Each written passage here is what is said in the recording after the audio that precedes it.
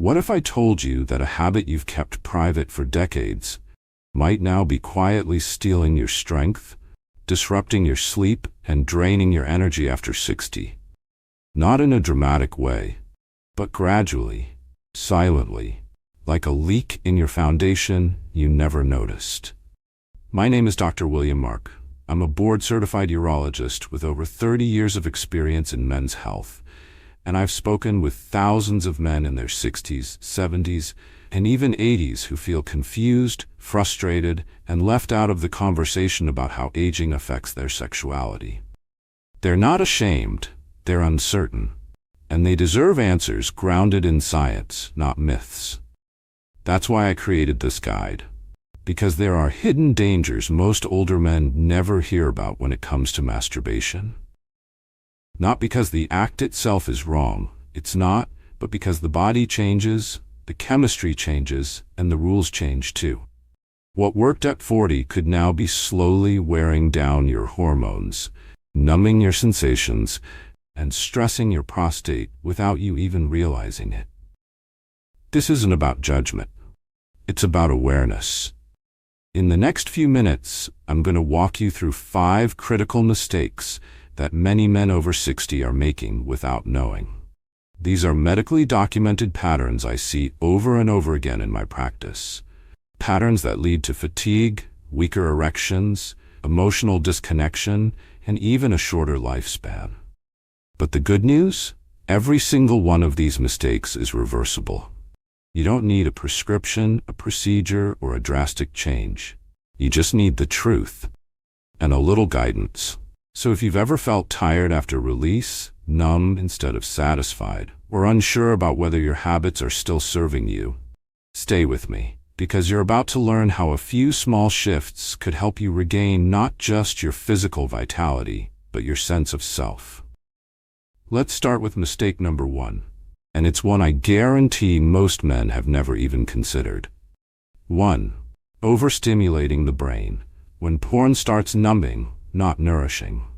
Let's start with the truth no one tells you. After 60, your brain changes. And the way you stimulate it, especially during masturbation, matters more than ever. In your younger years, your dopamine system was resilient. You could bounce back from high stimulation, intense arousal, and visual overload. But now, your brain doesn't rebound the same way. The chemistry is slower, the circuit's more delicate, and unfortunately, most modern pornography is engineered to hijack that system. It's not about morality, it's about biology. I've met men in their 60s and 70s who rely on high-speed, high-intensity porn to get aroused. But what they don't realize is that over time, this rewires the brain. Your dopamine receptors become desensitized. You need more stimulation for the same effect. What once brought excitement now brings fatigue. Your body starts to forget how to respond to touch that's real, gentle, or emotionally grounded. Take the story of Dennis, 67.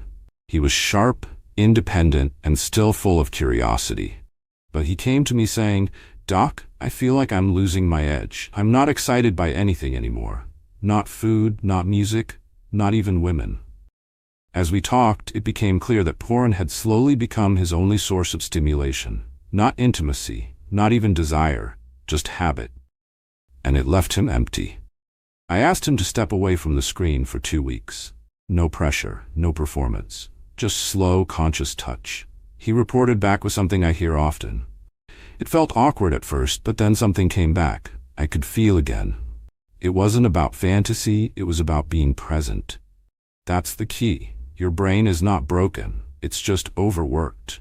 And overstimulation doesn't just affect libido, it affects sleep, focus, even your mood. After 60, simplicity wins. Slower stimulation, less screen, more presence. That's how you nourish your brain and your body. The problem isn't masturbation, it's how disconnected we've become from what our bodies actually need. And when you give your brain a chance to reset, your whole system follows. Now let's move on to something just as critical, the rhythm of your recovery. Because even if your habits are healthy, doing too much, too often, can still quietly wear you down. 2. Masturbating too frequently. when the body needs rest more than release. After 60, recovery isn't optional, it's essential. Your body isn't running on the same chemistry it did at 30. Testosterone levels take longer to rebound. Your nervous system, once quick to reset, now needs more time and space to recalibrate. And yet, one of the most common mistakes I see in older men is frequency. Not because of pleasure, but because of habit, boredom, or emotional avoidance.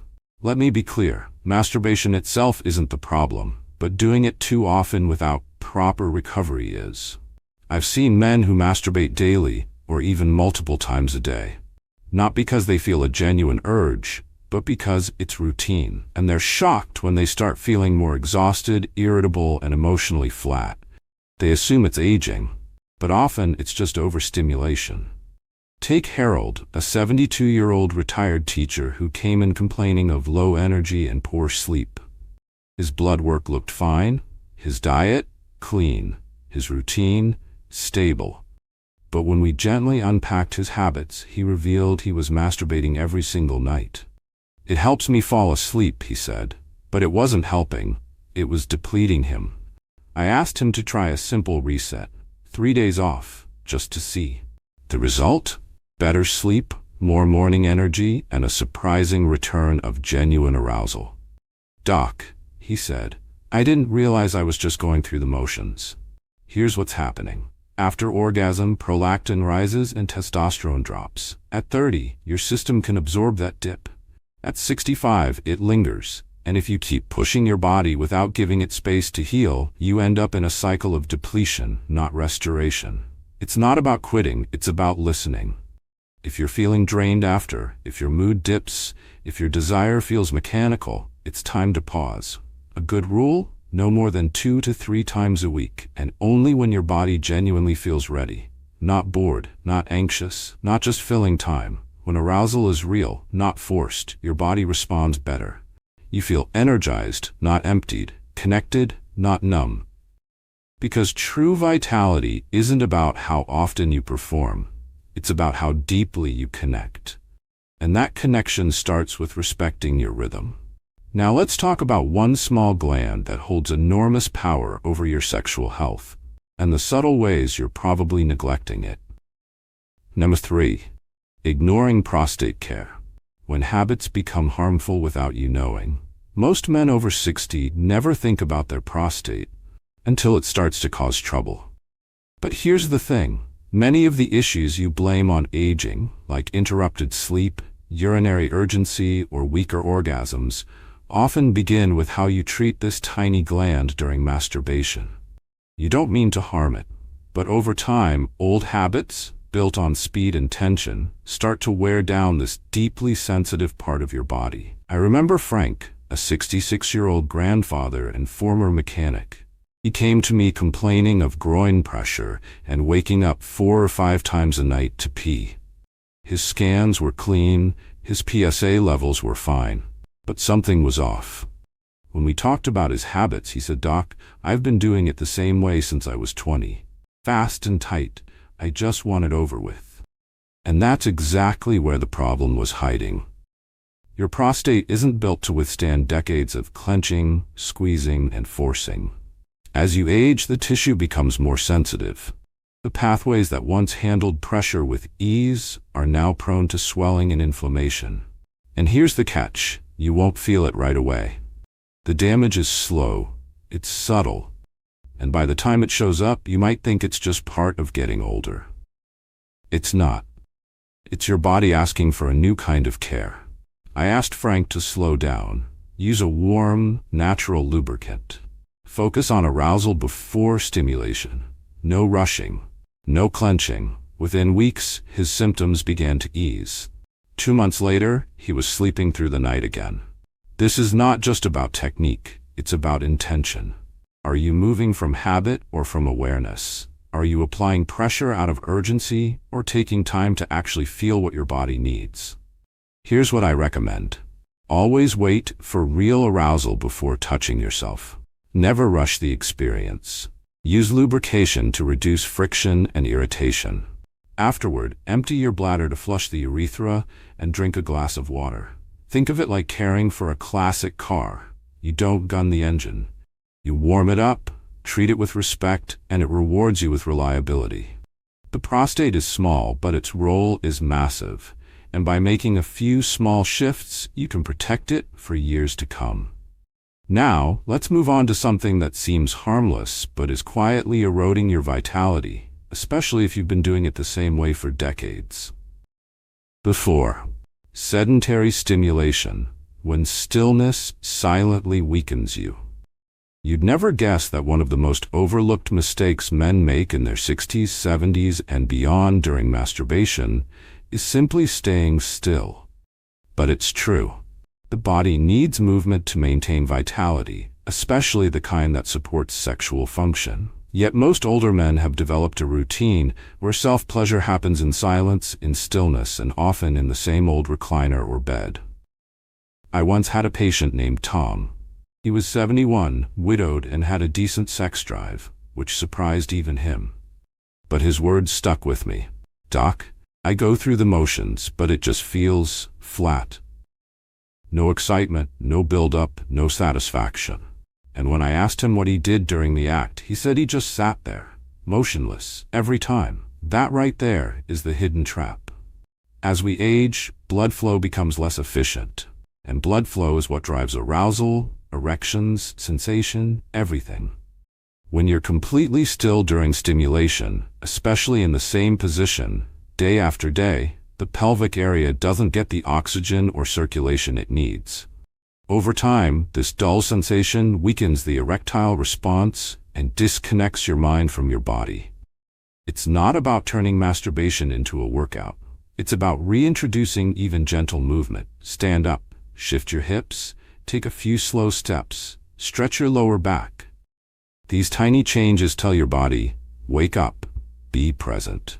Movement supports nitric oxide production, which is vital for erections. It improves blood flow, supports hormone balance, and keeps your pelvic muscles active. I taught Tom a few simple pelvic floor contractions. Nothing fancy, just tightening and releasing the area gently. After a few weeks, he came back grinning. "Doc," he said, "it's like I plugged the cord back in. Everything's working again." You see, your arousal isn't just mental, it's a full-body process. Ignoring the body weakens that process, but inviting it back in, even in small ways, reignites the system. So if you've been sitting still for years, start small. Stand up before you begin. Engage your breath. Shift your weight. Let your body be a participant, not just a passenger. You'll be amazed how quickly things begin to change. Now, if you're nodding along thinking, "That's me," you're not alone. But movement is just one part of the equation. Because even if your body's doing the right thing, your heart might still be carrying something heavy. Let's talk about that next. Number 5. Emotional avoidance. When pleasure becomes a mask for pain. There's a quiet kind of suffering that many men over 60 carry, a weight that doesn't show up in blood tests or scans. It's emotional pain, and often the way they try to silence it is through masturbation. Not for pleasure, not for connection, but for escape. I've lost count of how many patients, proud and private, have sat across from me and admitted something they'd never told anyone. "Doc, I don't even feel aroused anymore. I just do it." And then they fall silent. Because deep down, they know they're not chasing pleasure. They're chasing numbness. Harold was one of them. A 74-year-old retired engineer, widowed for 7 years. He told me he masturbated almost every night, not out of desire, just to pass time. "It's something to do before I fall asleep," he said. But when I asked him how he felt afterward, his voice dropped. "Empty," he said, "more tired than before." That word empty is a red flag. Masturbation, when used to run from emotion instead of embracing sensation, doesn't relieve pain. It buries it. And over time, that act of escape becomes a habit that dulls more than just the body. It dulls the spirit. You lose not just sensitivity, but self-respect. You start to feel like a shadow of the man you once were. This doesn't mean you need to stop. It means you need to pause and listen. Ask yourself, am I doing this because I truly want to? Or am I trying to avoid something? Sometimes just naming the feeling, loneliness, grief, frustration, can change the entire experience. It turns escape into awareness. I often recommend journaling, just a sentence or two before or after. Write, "Today I felt," or "Right now I'm needing." That small practice grounds you. It reminds you that your needs aren't shameful. They're human. And when you stop hiding from yourself, something powerful happens. You begin to feel again, not just physically, but emotionally. The act becomes intentional, not habitual, a choice, not a crutch. Because you're not broken, you're not too old, you're simply ready for something deeper. Not more tricks, not more distraction, but real connection. Even if that connection begins with yourself.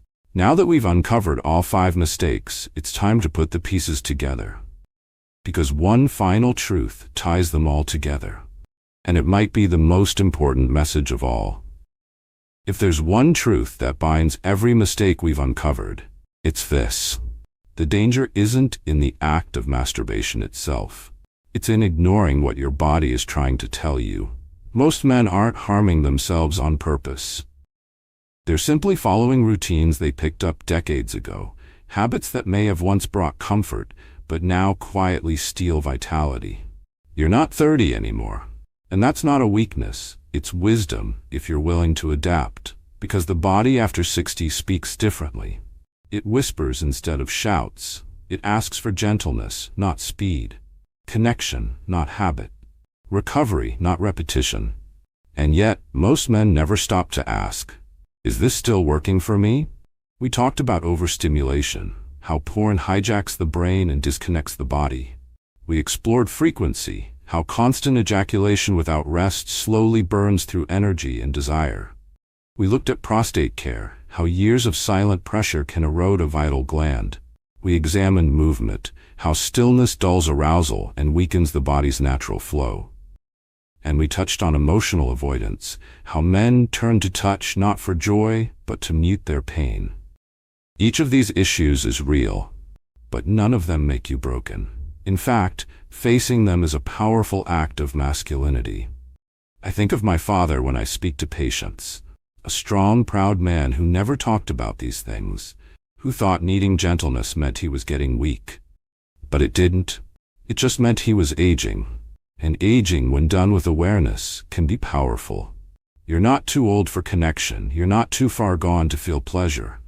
What you are is human. And still very much alive. So, let this be your moment to return, not to who you were at 30, but to who you are now. A man who listens, a man who chooses, a man who honors his body, his mind, and his heart with equal care. You deserve that. You've earned it. If this message resonated with you, drop a 1 in the comments. Let me know you're still here, and if it sparked a thought, a question, or even a small realization, share it, because your voice matters, and someone else might need to hear it too. Don't forget to like, subscribe, and share this with a friend or brother who might be carrying the same question silently. Thank you for being here, for listening, for showing up for yourself, because your health is your strength. And your strength is far from over.